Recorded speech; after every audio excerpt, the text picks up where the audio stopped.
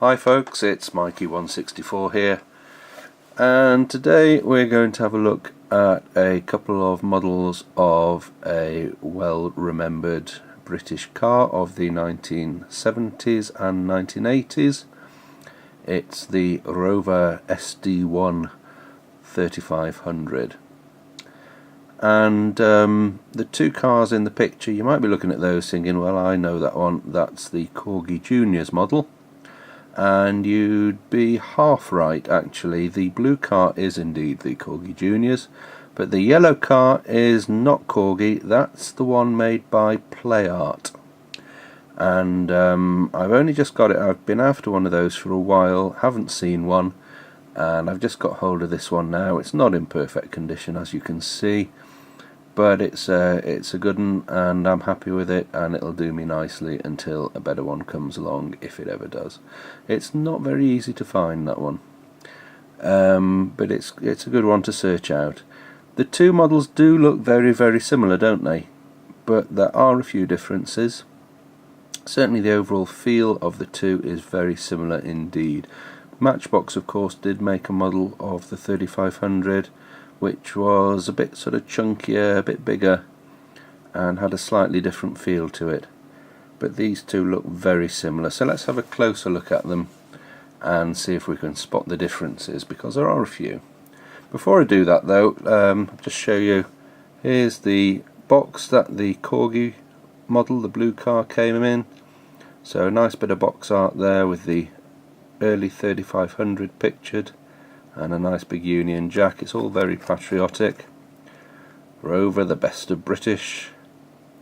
Nice British Leyland vintage bit of advertising. It is indeed a Corgi, of course, as we knew. On the back we have a British car to beat the world.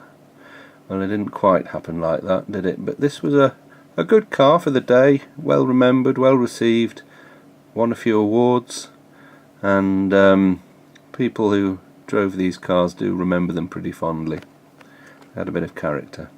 And there's the bottom of the box, made in Great Britain, of course. So that's the little box that the blue Rover came in.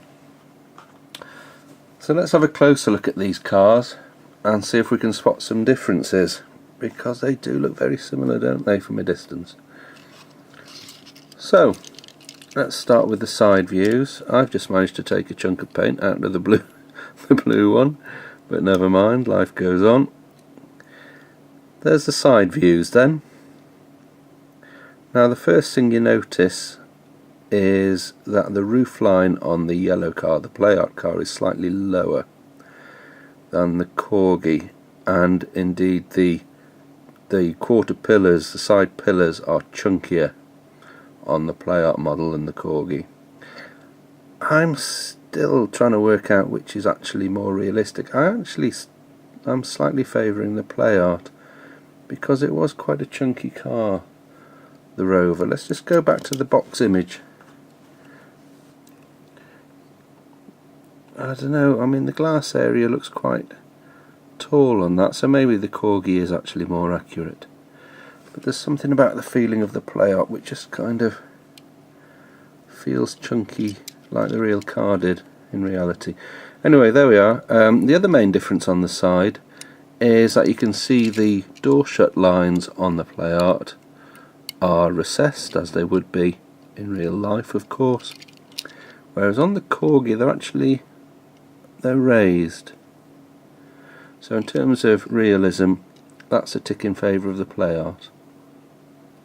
Let's have a look at the fronts. Now immediately you spot a difference, which is that the Corgi model on the left has the Rover badge on the front nose there, excuse me, and the Playart one does not have the badge. But there is an extra bit of detailing on the Playart, which is this little louver, the little air vent on the bonnet, or the hood as our American friends would say, which doesn't appear on the Corgi. So that's a little detail in favour of the Playart. You can see that the interiors are very similar. terms of the amount of detail. The Corgi is slightly crisper, but not much in it. Let's have a look at the rear ends. Now you can see that the basic detailing is very similar. This little lug that helps to hold the trailer on when you've got something on the hitch obviously wasn't on the car in real life, and that conceals where the number plate, license plate should be. So perhaps that's a bit nicer on the Playart, and you can see that the Playart's rear hatch has a better fit to it than the Corgi's.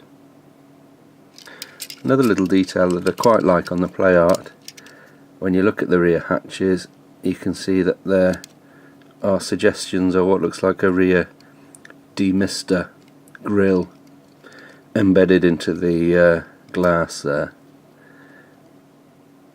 which is quite nice. Let's have a look underneath. Obviously the Corgi one, Rover 3500, made in Great Britain. The Playart, made in Hong Kong. And a little bit of detail, exhaust and drivetrain, transmission on the bases. In terms of size overall, there's not much at all in it. They do look very similar. I think the Corgi one is just fractionally longer by a millimetre or so in the body, and the Playart is ever so slightly wider, but there's very little in it, and certainly in the hand they do feel almost identical. Let's just lift those rear hatches, see if there's any differences there. The Playart one doesn't open quite as wide as the Corgi.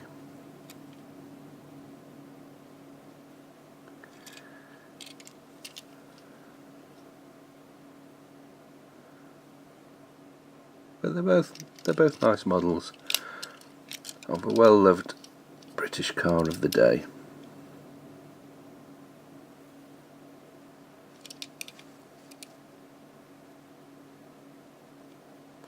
So there we are, a look at two different models of our old friend the Rover 3500. I hope you enjoyed looking at that, and I'll see you again. Bye.